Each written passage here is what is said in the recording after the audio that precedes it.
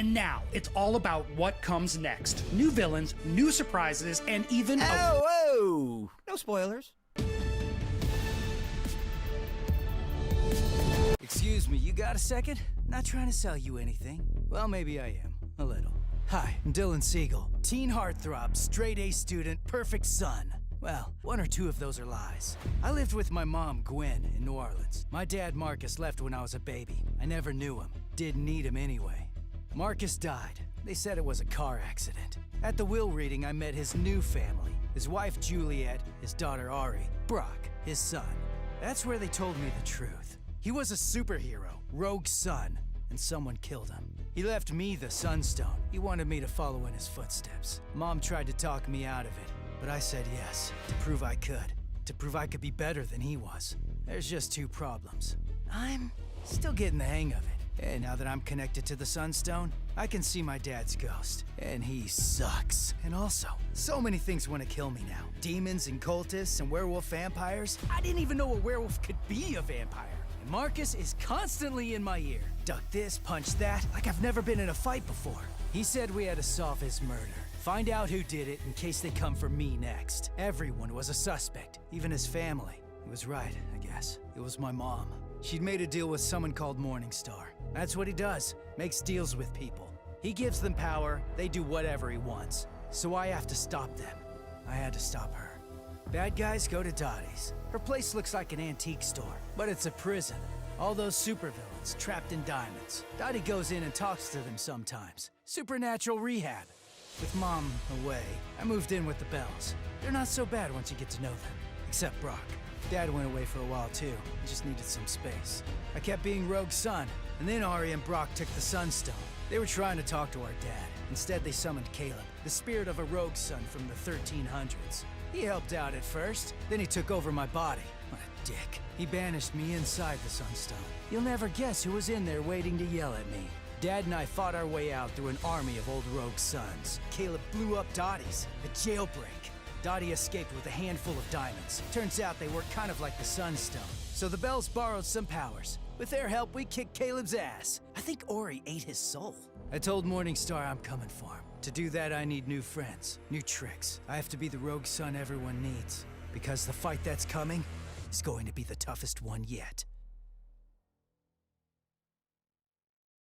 Hey, I'm Cassie Acosta, or as most people know me these days, Infernal Girl Red. That means magical dragon bracelet, energy blasts, I can fly, which is definitely pretty cool. But I only got these powers because Apex City, my home, was ripped out of our dimension and thrown into a dark void. And now I'm supposed to fix that. Be the burning light of hope in the dark, apparently.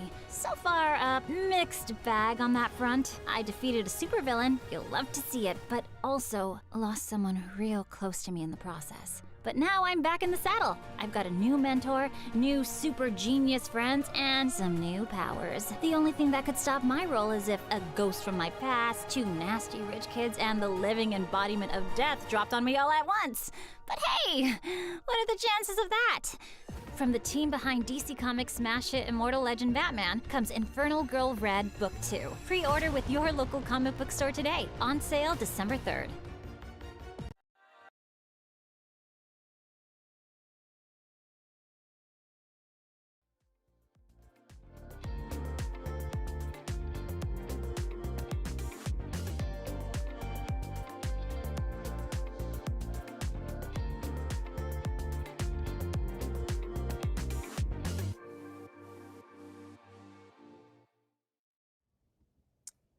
Welcome into Massiverse Live, our Monday evening live stream. My name is Kyle Higgins. I am joined, as always, by the man, the myth, the legend, Mr. Michael Basudel. It's a me, Michael. How you doing tonight, Michael? Happy Monday. Woohoo, etc. Yeah, it's earlier than normal. It is. This is our not same bat time, same bat channel anymore. Fresh bat time, but same bat channel.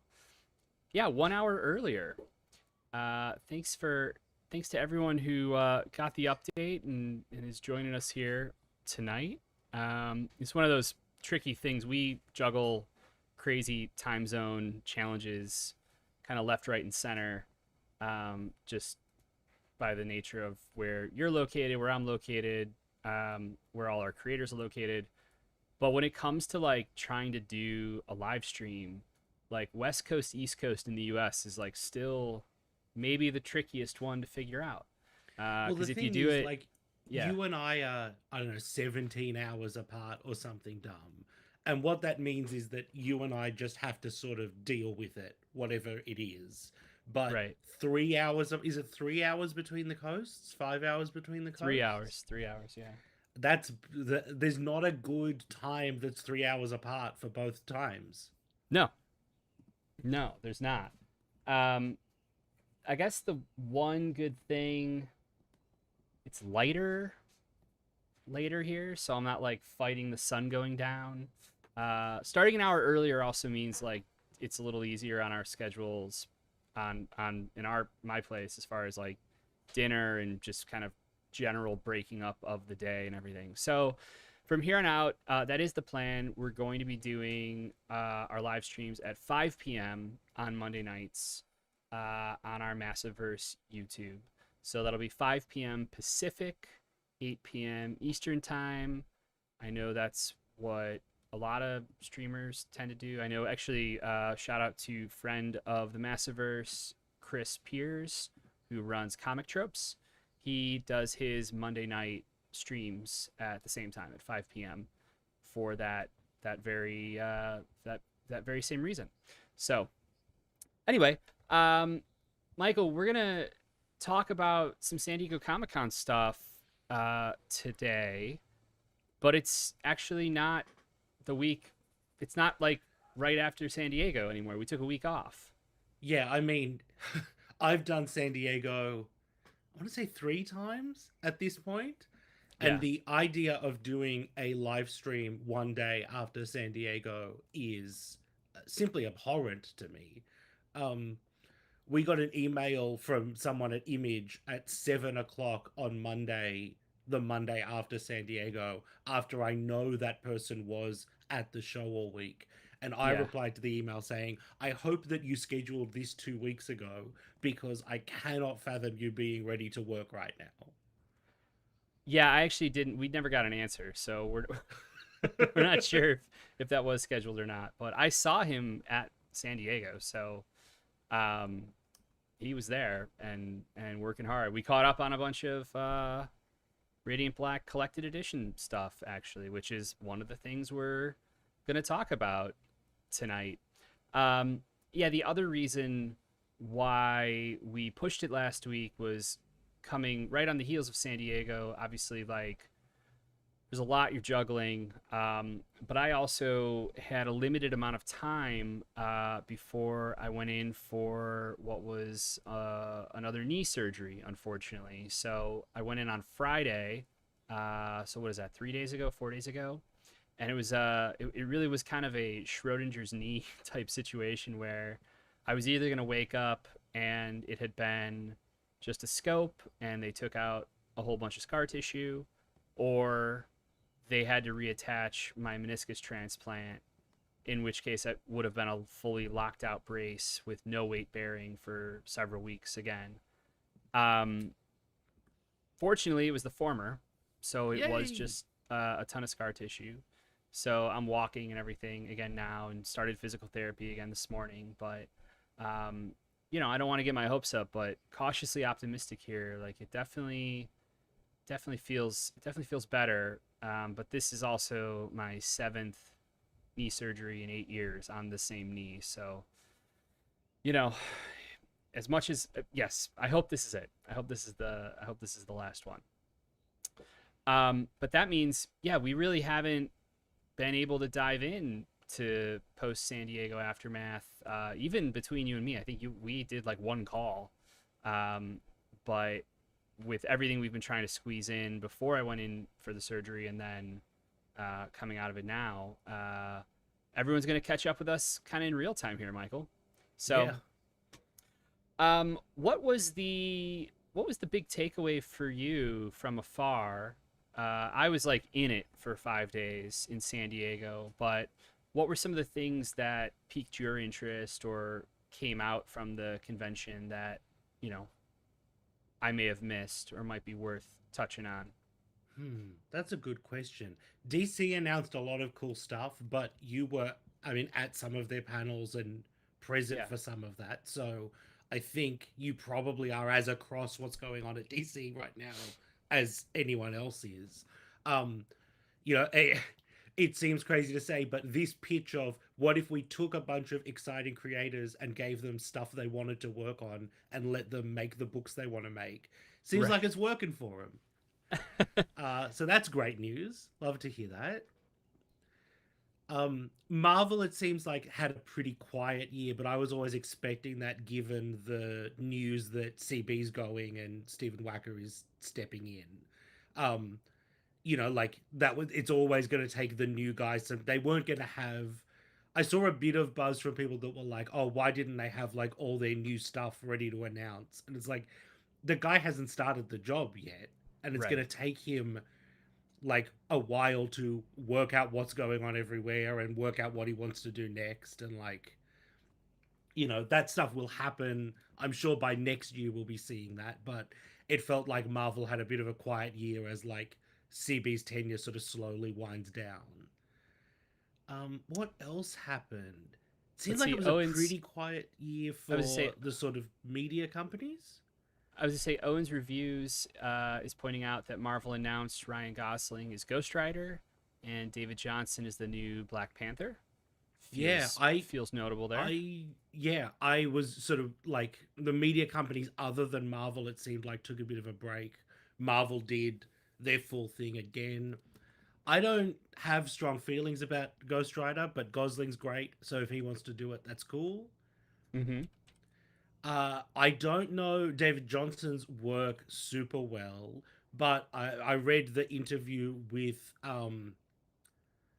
what's his name? The director, the Black Panther director, whose name I'm just fully blanking on right now. Oh, Ryan Coogler? Yes, thank you. Where he basically said like he saw him on like TV watching a movie and was like, I got to meet with that guy. Met with him in secret at some hotel and called Kevin Feige and was like, I found our next Black Panther. At a point where Feige was not asking him to look for his next Black Panther. Right. And like what I need for them to cast that guy is his seal of approval. So if that's how it happened, I can't wait to see how that movie plays out. Oh, was there CJ Wright stuff? Is putting out a new Pacific Rim graphic novel by Stephanie Williams and EJ Sue. Fully did not see that. That sounds sick.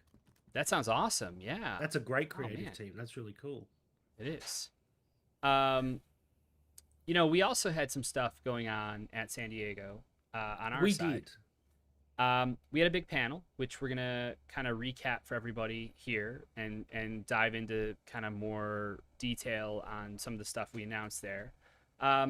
But we also had our Radiant Black Funko, and I've been seeing online just across social getting tagged in a bunch of stuff. It seems like a whole bunch of people were able to get this fun little guy here who were not at San Diego Comic-Con. So how many people, I'm curious, how many people watching right now live got their Radiant Black Funko? Throw a 1 in the chat and we'll throw kind of a loose kind of numbering up here. Do I count? I've been told I have one, but I don't have him yet. You do have one. I've got him here in a box for you somewhere. Oh yeah, we're getting a bunch of ones here. Great. We like that. Love to hear it. Yeah. Okay, let's see. Oh, somebody was just asking me something and I missed it. Where was it? Kyle, do you know anything about that? Just a big judge. Oh, yes, That's from about, yeah. Owen's reviews. Precursor to San Diego Comic-Con, but still big. G.I. Joe Tomb Raider as a crossover was announced. So that is a book Who's I'm doing. that? It's a me. Is that how you do it, Michael? Yeah, that's it. Nailed it. Yeah. Yeah, so I'll be writing, or I am writing, I'm almost done with all 5 issues, a miniseries for Skybound and Hasbro, as well as is it Crystal Dynamics? I'm blanking on the name of the Yeah, I think so. the company, the Tomb Raider company, but it's a really cool new book. It's a 5-issue miniseries. It brings together G.I. Joe, specifically from a Real American Hero line, as opposed to the Energon line. So it's spinning out of Larry Hama and Paul Pelletier. Pelletier. I've known Paul for a long time from DC days. I've never been able to pronounce his last name. From their book in A Real American Hero into this 5-issue mini that, if you like G.I. Joe, I think you're gonna really, really dig this book. I know it's a crossover. I know it's bringing in another property in Tomb Raider, but these two worlds fit so well together in the way that we've, at least I think, found our way in. And if you like G.I. Joe, I think you're gonna really, really dig this book. So, I dig G.I. Joe. It was a few years before me growing up, but I've done a ton of research, and a number of my best friends are like huge G.I. Joe people. So it's been thoroughly researched and vetted, and all I'll say is the Arbco Star really is a fantastic set of ruins for Lara Croft to navigate. And anyway, yes, so 5-issue miniseries. It'll be out in a couple months here. I believe we just sent the first issue to the printer, but that was announced before San Diego, and it's one of those books I'm really excited that we can finally talk about. Sick. Can we talk about some other things we're excited we can finally talk about? I'm a big fan of talking about other things that we were excited that we can finally talk about. How about, on that front of things we can talk about that we're finally excited to talk about, what if we go through some of those things we talked about at our Radiant Black and the Massiverse panel, Michael? Sounds like a plan. So this was on Friday of San Diego Comic-Con this year in room, I think it was it 6A, I want to say, or 25 ABC, one of those. And we got our standard hour to hold court. Had a really good turnout this year, which was really nice. A whole bunch of people that had never heard of Radiant Black or the Massiverse who came to the panel room. That's one of our favorite things about doing these big shows, is the number of people that will just wander into something like this because it sounds intriguing.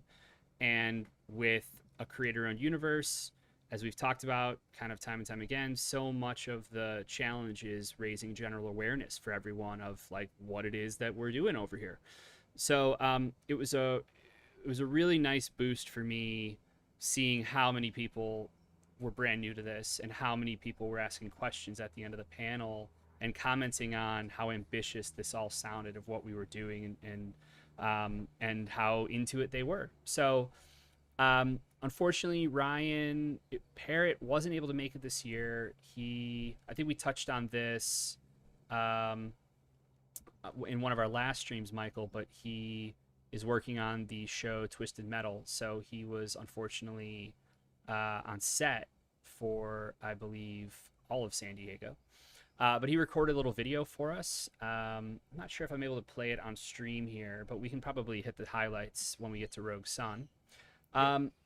So we kicked things off with Radiant Black, really kind of recapping where we're at with the book, with issue 42, the big twist reveal, how that sets up issue 43, which also has hit stands now, and is teeing up. All of that is collected in Radiant Black Volume 8, which is now also out on stands.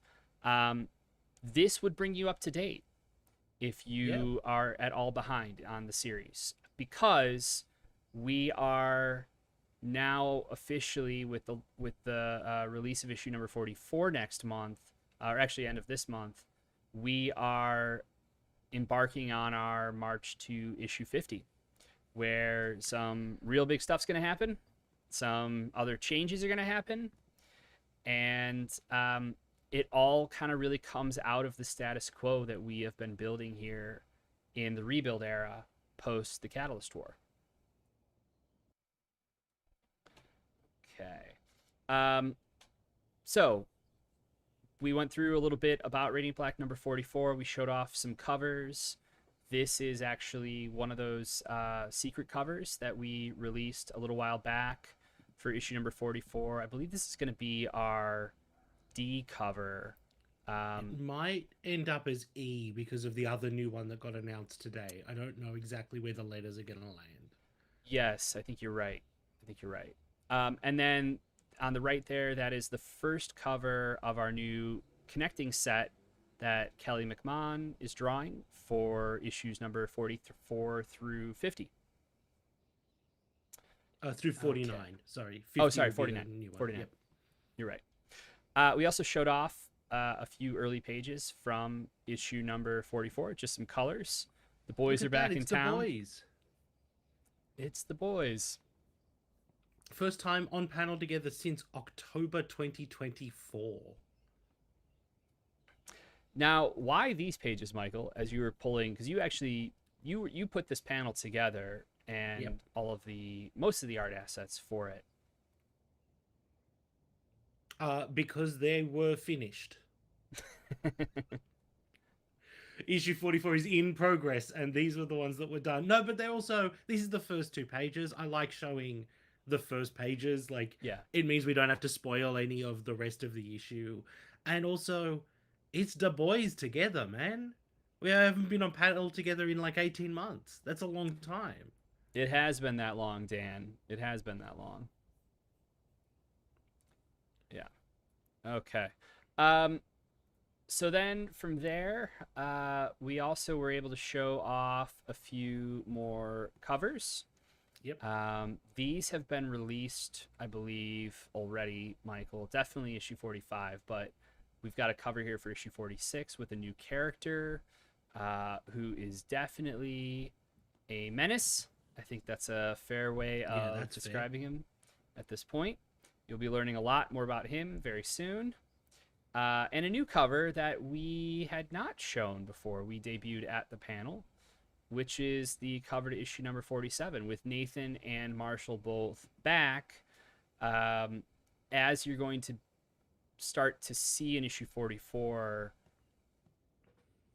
there might be some ideological differences as far as how they think they should be approaching the challenges coming out of the Catalyst War, and specifically this proliferation of 001 technology that is enabling a lot of the chaos in Chicago, but also at kind of like a federal level as well with the Franklin Group and other entities. So whether this cover is a literal representation of what happens in the issue or not, you'll have to read to find out.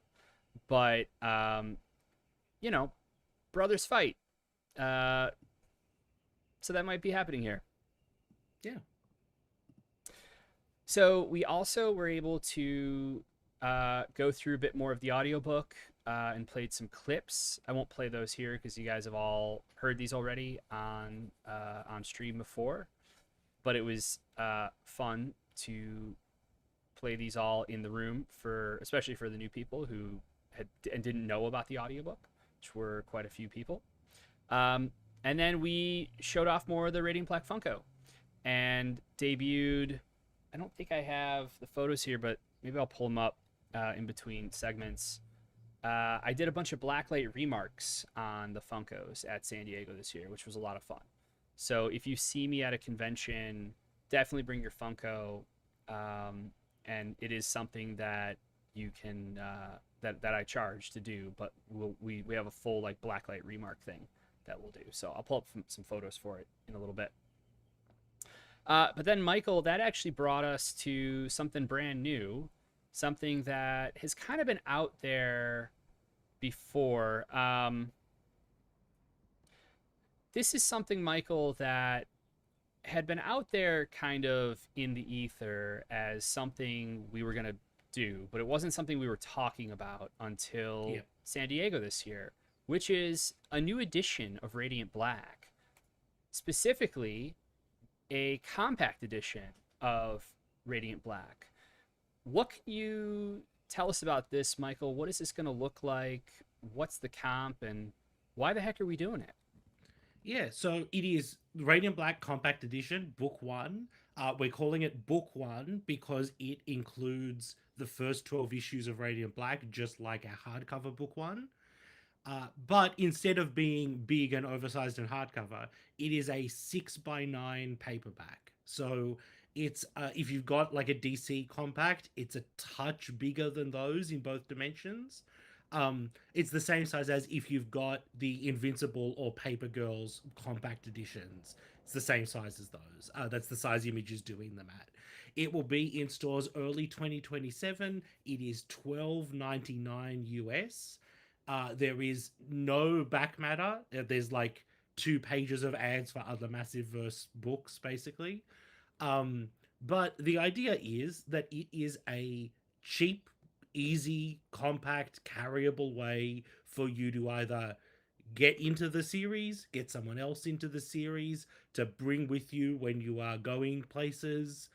I think these we want to make sure that the book is available in as many formats and ways as possible, and people like these little books, and so we figured we'd take a stab at a little book and see how it does, and if it does well, we'll might do more of them. If it doesn't do well, this might be the only one, but we're gonna see. So January 2027, I think January 20th might be the date that landed on.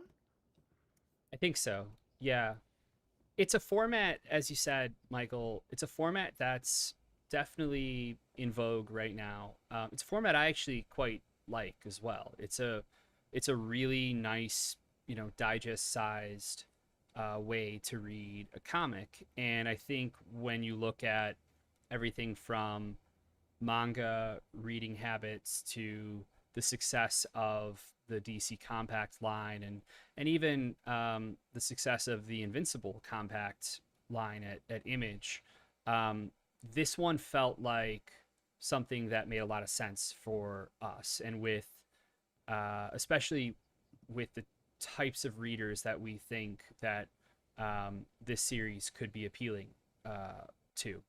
So it's something that we were fielding a lot of questions about from retailers as well over the last like year and a half to 2 years, just regarding like, is this something we would consider? Like, hey, we really think you should think about this. Like, we think we can move a lot of these units. And so we wanted to take a beat and make sure that we were doing it right and approaching it right.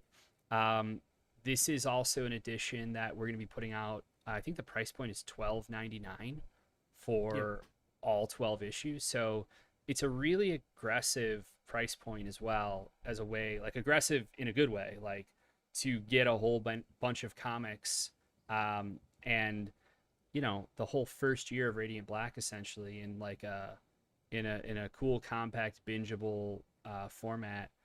I don't know. This feels like the edition that I could definitely see spreading around beyond comic stores and even traditional bookstores, and who knows, maybe we'll see it in airports at some point one day or something like that. Yeah. Okay. So the other stuff that we then talked about, speaking of collected editions, Michael, what can you tell us about this big old number 3 that's so some here? people like their books compact and some people like them big and hardcover. So we don't have a lot more to say about Radiant Black book 3 hardcover yet, but it's coming. I've been for the last like sort of week and no, actually heaps longer than that. For the last month and a half, I have been getting really underway on putting together back matter for this thing. Started collecting interview answers from people and started loosely sort of working out what it is that we're going to be talking about in it. This is going to cover the Catalyst War. It's going to be hundreds of pages. I don't have the page count in front of me, but as thick as the other two, even though it's technically only 6 issues because most of those issues have a half issue as well. It's going to be, look, if you've got book 1 and book 2 at this point, it's going to be the third one of those. It's going to be as good as all of those ones are. And if you don't have them, this is like the sort of best way to read this book. It's like our optimal format. It's big, it's oversized. The hardcovers are gorgeous and they're gorgeously bound by the image printers. We put a lot of work into the back matter of these, and when I say we, I do mostly mean me. No, it's all you. No. No, For the everybody record, else. Everybody else answers my questions and does my interviews and all of that. But it's really important to me that we release these books with interesting stuff in them. Like, I know a lot of people are double dipping and they have already read the book in singles or trades or singles and trades. So it's worth it to us that when you get it in hardcover, you get a bunch of stuff that you don't get anywhere else. Mm-hmm. And that means digging back through months of group chats to find all the concept art we never released and releasing the final numbers of exactly who voted for Nathan and who voted for Marshall. There's going to be charts, folks. I haven't started making them yet, but I promise I've been thinking about those charts for 3 years at this point. So it's going to be a real good one. And we'll have more information on this, like a proper release date and the cover, probably towards the end of the year as we head into 2027. You know, this is also a story that I'd have to go back and look at the actual dates, Michael, but I feel like we really started working on this around the time that you were putting together the first hardcover. I don't know how close my timeline kind of is there, but the reason why I'm mentioning it is because now that we're at volume 3 of this, we have always done a pretty good job of holding on to assets from all the different development stages of the book. In large part, it's because of the way we make the book, predominantly over like Google Chat and the way in Dropbox and the way that helps us to really archive things. But I feel like heading into the Catalyst War, we all knew deep down, hey, this is going to be an awesome hardcover one day.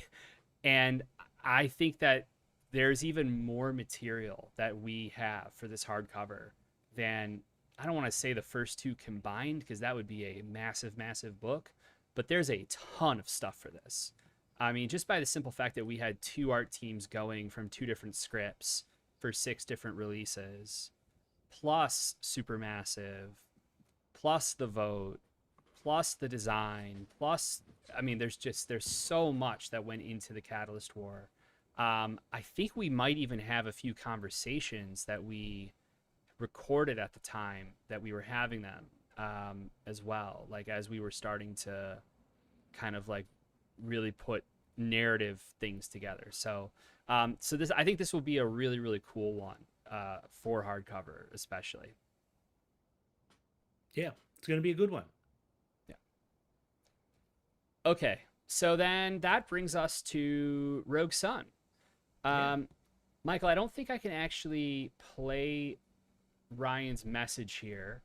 Are you able to kind of recap a little bit, or should I try to find a way to pull this up? No, I can do that. That's fine. I've got my notes on Ryan's video here. Okay, we'll get the bad news out of the way first, and we'll rip the Band-Aid off in case you haven't heard. After issue 35 comes out, and it's on its way, Rogue Sun is going to be off shelves until early 2027. I'm calling it a hiatus. I keep instinctively defaulting to the word break. And I think that it will be a break for you. We are not stopping, and in fact are already going on the stuff that is coming beyond that. I have emails in my inbox right now that I need to reply to today. But the long and short of it is, with an ongoing book that largely is not taking breaks between issues or arcs, and that is mostly how we have worked for most of the run of Rogue Sun. Uh, you start with a couple of months of runway, you burn that runway immediately, and then every issue you are putting together like Gromit doing the train tracks in front of the train, right? Yeah. And as we're coming into a big story in Rogue Sun, some really big swings that we're about to take, and Ryan has been working on a TV show for 6 months. Like everybody, we got a little out of sorts, and we are taking some time off shelves so that we can get back on top of what's coming next, build up a bit of a buffer for ourselves so we're not always right up against the deadline, and coming back bigger and better than ever. Or you're gonna hate me because the ending of issue 35 is maybe the meanest cliffhanger we've ever done. It's a real bastard, and I'm sorry. It is. It's one that I've been able to see now. We showed off the covers for issue 35 at the panel as well. It's gonna be a way to leave things for a minute, for sure. But actually, well, before we move on from it, actually, why don't we've got a little art from it we could show off here. Yeah. From issue 35.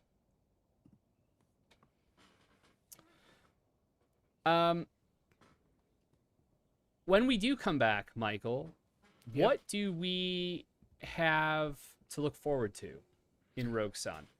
Heaps of stuff. So, issue 36, I can tell you right now, we're bringing Ornate back. It is going to be our second Choose Your Own Adventure issue. Part of the reason, again, for this hiatus that we're taking is we don't want to just do... If you're going to do a second one, you can't just do the first one again. You have to make it different and better than the last time. And so a lot of our focus over the next couple of months is on this issue and making sure it does exactly what we want it to do. And it's going to be really special, I think. So that is issue 36. That will be the first issue that you see when we come back. Also, we have not forgotten about Spawn Rogue Sun. It is still coming. It is going to be big. We don't have a lot more to tell you about that right now. Obviously, that is a little more complicated because on top of us, we have to talk to the Spawn people about stuff. But that is all happening, and we are in active development on that as well. So I hope to have more news for you guys about that as we get a little later in the year towards 2027. Yeah, there's a video actually, Dan Coyle from Image caught Thomas Healy, the editor-in-chief of Spawn, and myself together at the Image booth when I was there doing a signing, just as we were wrapping up some conversations about this very topic. So you can see that on Image's socials, or on their Instagram anyway. But yeah, we're in active communication about this, and I think what we're putting together is it is going to live up to the promise of the premise. I will put it that way. So yes, we'll have more on that in the coming weeks / months, I would say. Agreed. And one more thing, we couldn't close without one more thing. Carl, you want to hit that next slide? Yeah, baby.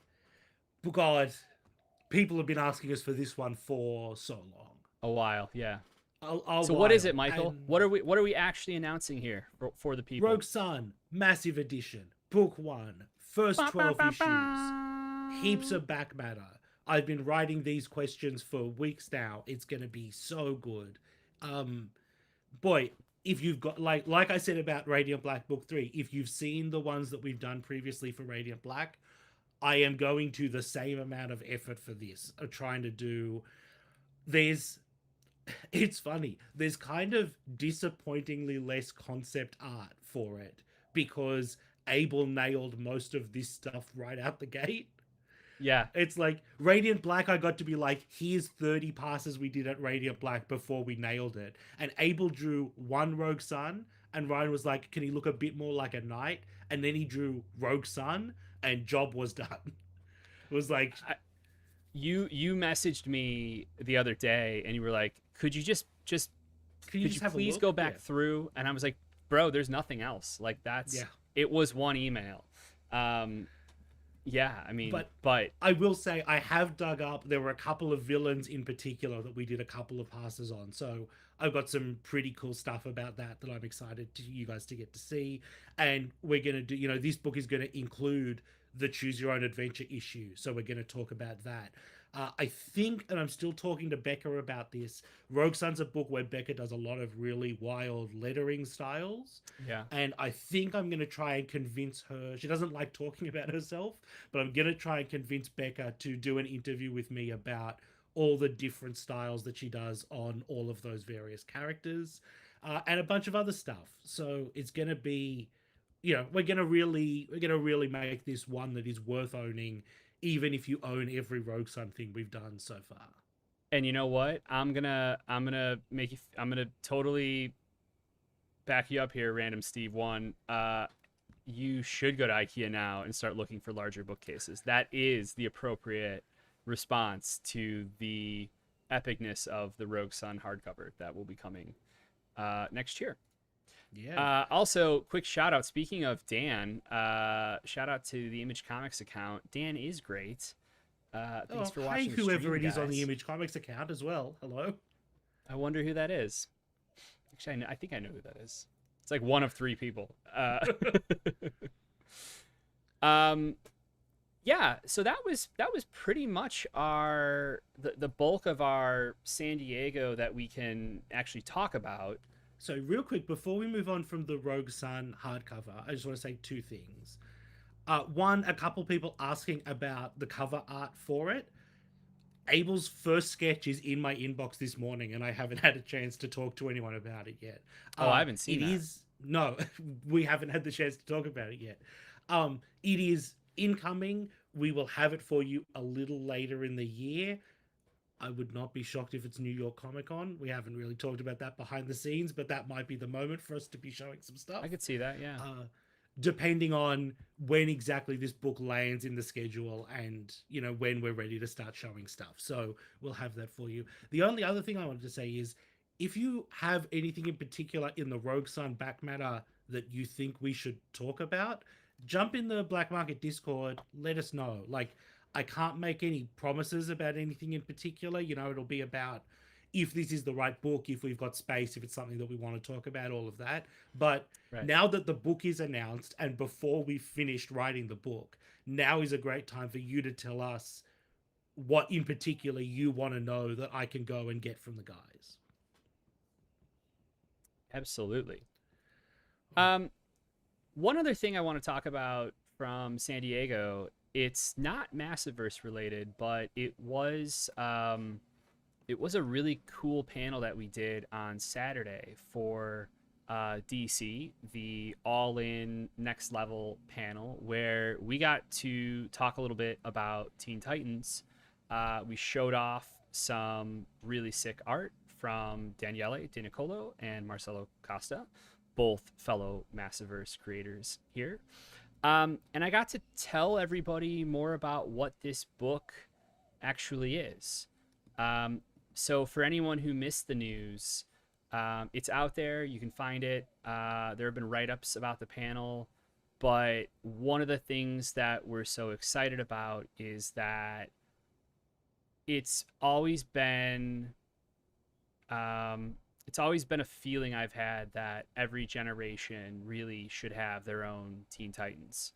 And the opportunity right now to kind of build what Teen Titans is going to look like for this generation is something that we're all really taking to heart.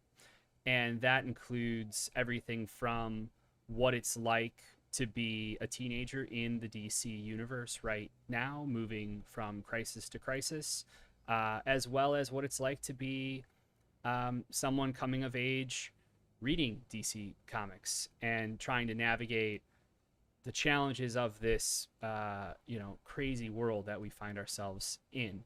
So, it's funny that we're doing this actually right now on a live stream, Michael, because so much of the book is actually about building communities and relationships across the digital landscape.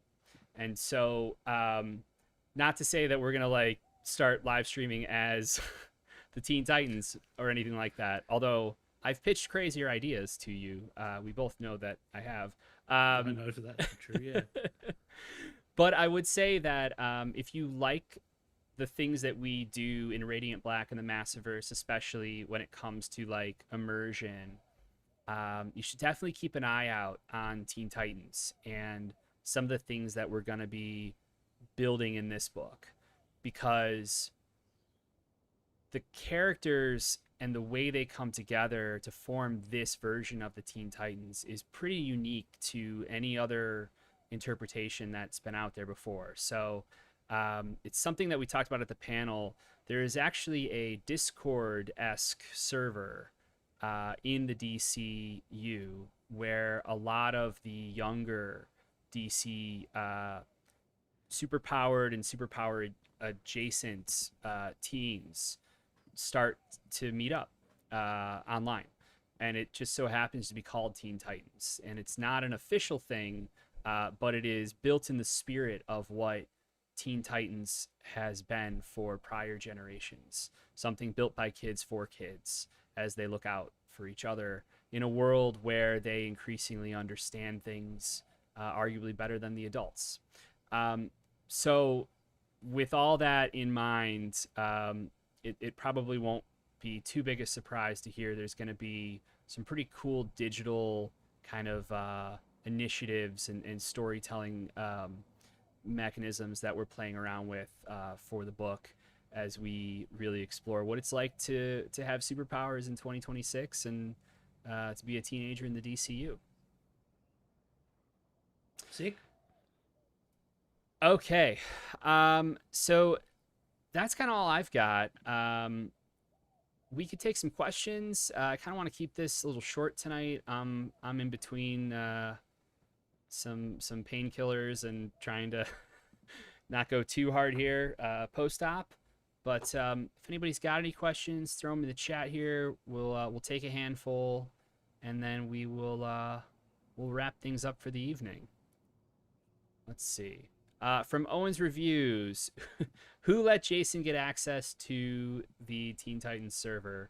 That's a very good question. But who is to say that Jason has access to the Teen Titans server? We didn't actually say that.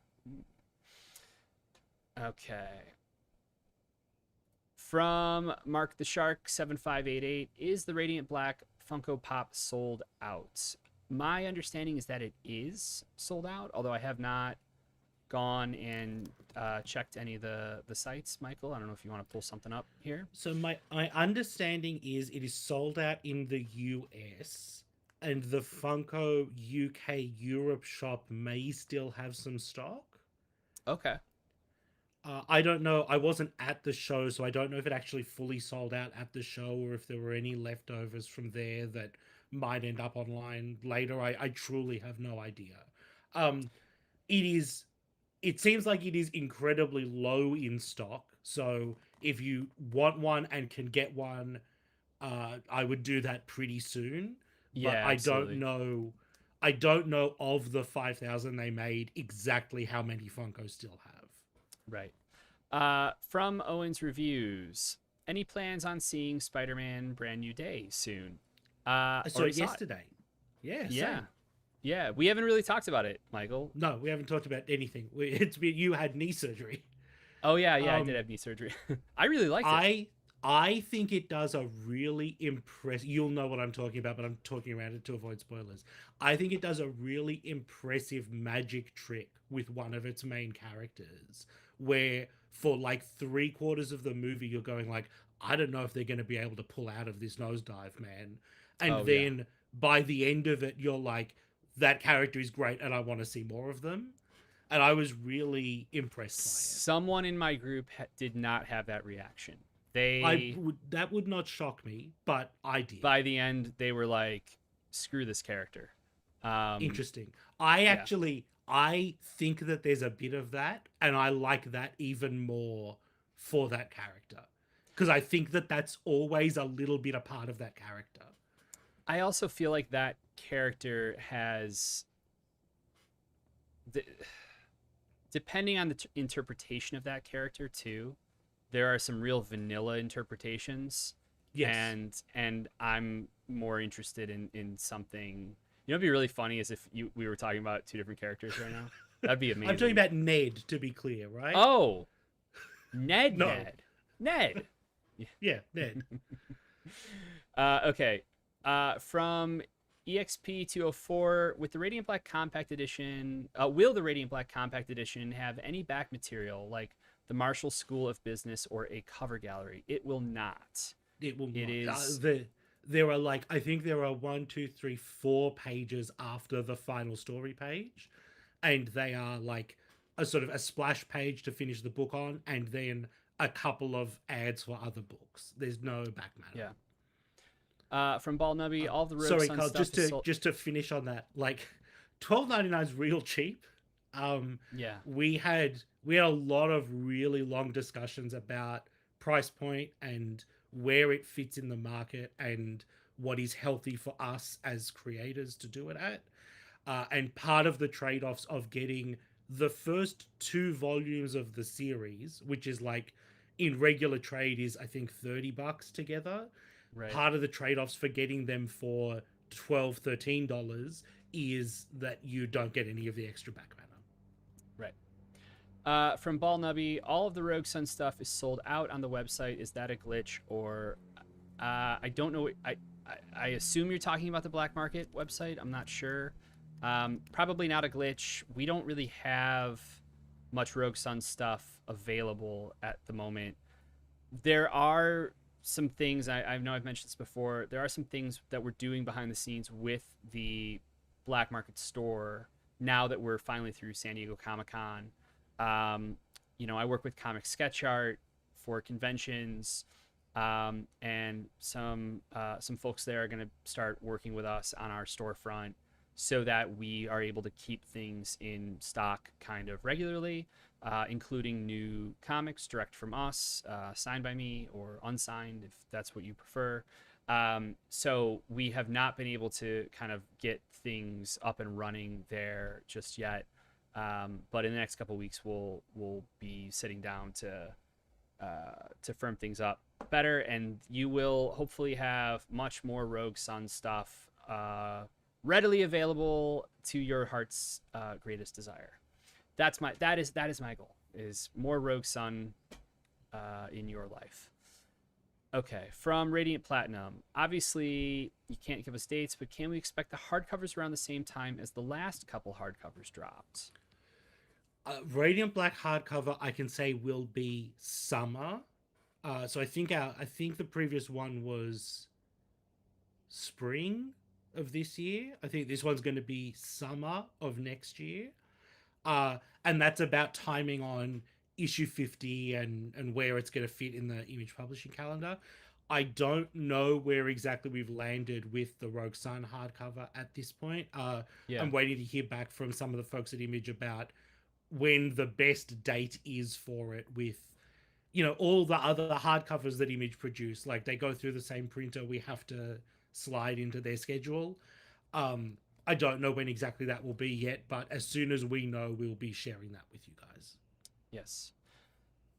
From Mason Kuntz, out of curiosity, did you watch the Spidey and His Amazing Friends preschool show? I have not. No, I know about an adult human man. Without kids. Yeah. I'm very excited. I've got a couple of friends and family members who've all got kids in that, like, within a year of each other. So over the next sort of 2 to 5 years, I think I'm going to be spending a lot of time experiencing those worlds. But no, I have not seen that show. I still haven't seen Andor yet. Like, I don't have time to watch good TV for adults that Michael wants to watch. Right. So I have not seen the children's show for babies. I have not seen any of it, but similar to you, I have friends whose kids love it. Kelly has her best friend's son is obsessed with it. So I know my cousin has a daughter who now loves Rhino from Spider-Man because he's in this show. Of course. And I'm like, yeah, go 100%. This is genetic. Love of Rhino is genetic. Rhino's great. From Common Sense 5199. Remember that last time I mentioned Red Hood's Generation Outlaws? Will Jason mention them? I would like to see Riser / Doomsday again. You will just have to keep reading. You'll have to read the book, Common Sense, to find out on that one. From Maka, can you talk about why you picked the members of the Teen Titans that already existed? Like why Fairplay / Flatline? Well, there's a couple different reasons. The first is that, you know, there are a lot of young characters in the DC universe right now, especially with a lot of those Golden Age sidekicks being brought back into the fold. But finding characters that have established kind of their own pocket of the DCU, their own place in the DCU, but not too established where they're not a fit for something like this. Like it's hard to talk about without really getting into the makeup of what the series is going to be exploring. But I will say that by the nature of the mechanism that brings them all together, this online community, there will be other characters in this book. So there will be plenty of established characters and plenty of new characters as well. And that's kind of one of the fun things about the Discord-esque server as the vehicle to bring them all together. And without getting into what they're coming together for,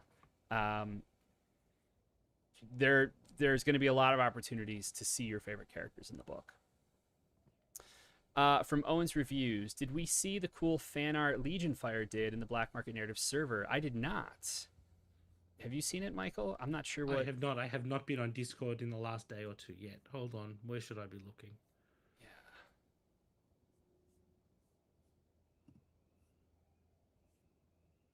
Let's see.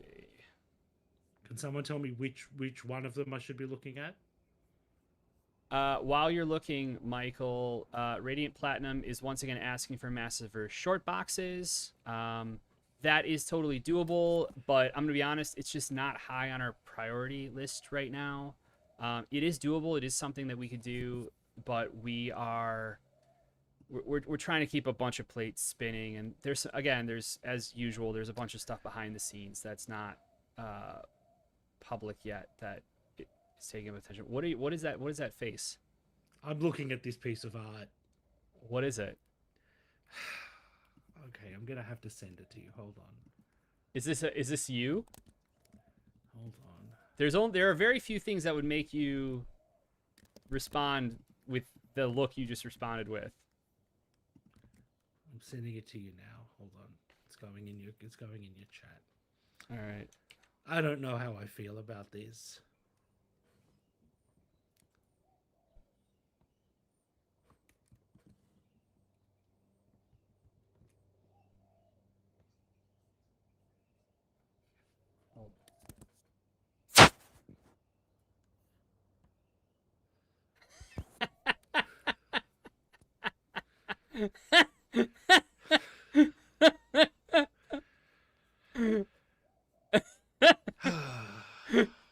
No, I had not seen this.